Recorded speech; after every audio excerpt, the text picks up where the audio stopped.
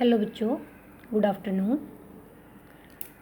हमारा second lesson जिसके कुछ क्वेश्चंस बाकी हैं 7th क्लास का, जिसका नाम है नए राजा और उनके राज्य। तो हमारा फर्स्ट क्वेश्चन है, राष्ट्रकूट कैसे शक्तिशाली बने। तो राष्ट्रकूट शुरू में कर्नाटक के चालुक्य राजाओं के अधीन थे। 8वीं सदी के मध्य में एक राष्ट्रकूट शासक दंतीदुर्ग ने चालुक्यों की अधीनता से इनकार कर दिया। तो सबसे पहले राष्ट्रकूट किसके अंडर थे? चालुक्य राजाओं के। लेकिन 8वीं सदी में एक शासक आया जिसका नाम था दंतीदुर्ग। उसने कहा कि मैं चालुक्य राजाओं के अधीन नहीं रहूँगा, यानी मैं उनका दास बनके या फिर उनके कहे के अनुसार नहीं चलूँगा। तो इसके कारण चालुक्य राजाओं और दंतीदुर्ग में युद्ध हो गया। तो इसमें चालुक्य राजाओं को हरा दिया गया, या चालुक्य राजा इसमें हार गए। और इसके बाद दंतीदुर्ग ने अपनी सैनिक शक्ति में वृद्धि की और इस प्रकार जो राष्ट्रकूट चालुक्य राजाओं के अधीन थे, अब वे शक्तिशाली व समृद्ध बन गए। नेक्स्ट हमारा क्वेश्चन है, नए राजवंशों ने स्वीकृति हासिल करने के लिए क्या किया। तो नए राजवंश वो स्वीकृति हासिल करने के लिए क्या क्या करते थे। तो राजा लोग नए राजवंशों को अपने सामंत के रूप में मान्यता देते थे और अधिक सत्ता और संपदा हासिल करने पर सामंत अपने आप को महासामंत या महामंडलेश्वर इत्यादि घोषित कर देते थे। कभी कभी वे अपने स्वामी के आधिपत्य से स्वतंत्र हो जाने का दावा भी करते थे। उद्यमी परिवारों के पुरुषों ने अपनी राजशाही कायम करने के लिए सैन्य कौशल का इस्तेमाल किया।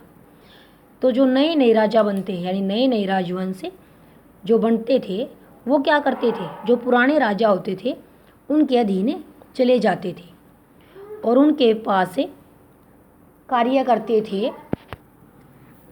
तो जो राजा लोग थे वो उनको अपने सामंत के रूप में मान्यता दे देते थे, क्योंकि पहली बार जब कोई राजा बनने की सोचता तो उसको अच्छी प्रकार से राजकाज का नहीं पता होता।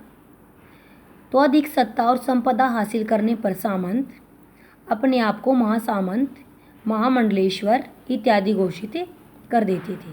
जब उनको लगता कि अब उनके पास ज़्यादा सत्ता हो गई है, ज़्यादा संपदा यानी ज़्यादा पैसा हो गया है, तो ये लोग ज़्यादा सत्ता और संपदा हासिल होने पर क्या करते थे, अपने आप को महासामंत या महामंडलेश्वर साबित या घोषित कर देते थे।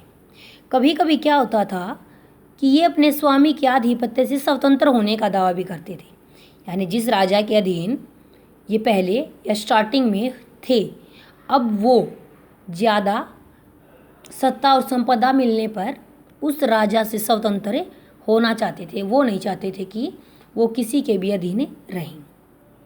उद्यमी परिवारों के पुरुषों ने अपनी राजशाही कायम करने के लिए सैन्य कौशल का भी इस्तेमाल किया। तो कुछ जो शाही परिवार थे उन्होंने क्या किया कि राजशाही यानी राजा बनने के लिए सैन्य कौशल यानी अच्छी सेना का भी इस्तेमाल किया, या सेना में उन्होंने कुशलता परिपूर्ण कर दी ताकि वो एक अच्छे राजा बन सके या उनको राजकाज प्राप्त हो सके। नेक्स्ट है, चोल मंदिरों के साथ कौन सी गतिविधियां जुड़ी हुई थी। तो चोल मंदिर अपने आसपास विकसित होने वाली बस्तियों के केंद्र बन गए थे।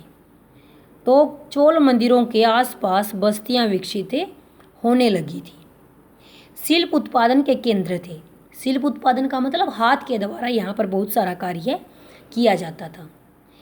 ये मंदिर शासकों और अन्य लोगों द्वारा दी गई भूमि से भी संपन्न हो गए थे, यानी राजा अपने आप को उच्च दिखाने के लिए या अपनी धन संपदा दिखाने के लिए मंदिरों में बहुत सारी भूमि दान करते थे। तो इस प्रकार ये इन लोगों के द्वारा दी गई भूमि से भी संपन्न हो गए थे। मंदिर के लिए काम करने वालों में पुरोहित मालाकार, संगीतकार और नर्तकी इत्यादि प्रमुख थे।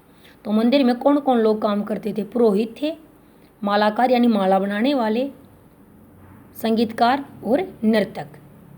नेक्स्ट हमारा क्वेश्चन है,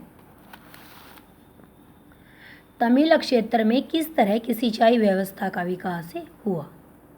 तो सबसे पहले तो प्राकृतिक झीलों से सिंचाई की व्यवस्था की गई। प्राकृतिक मतलब नेचुरल, जिसमें मानव का कोई हाथ ही नहीं होता।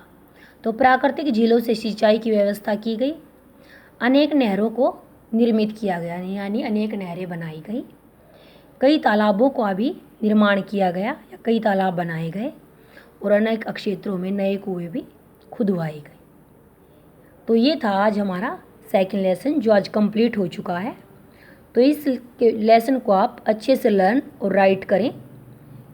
Thank you.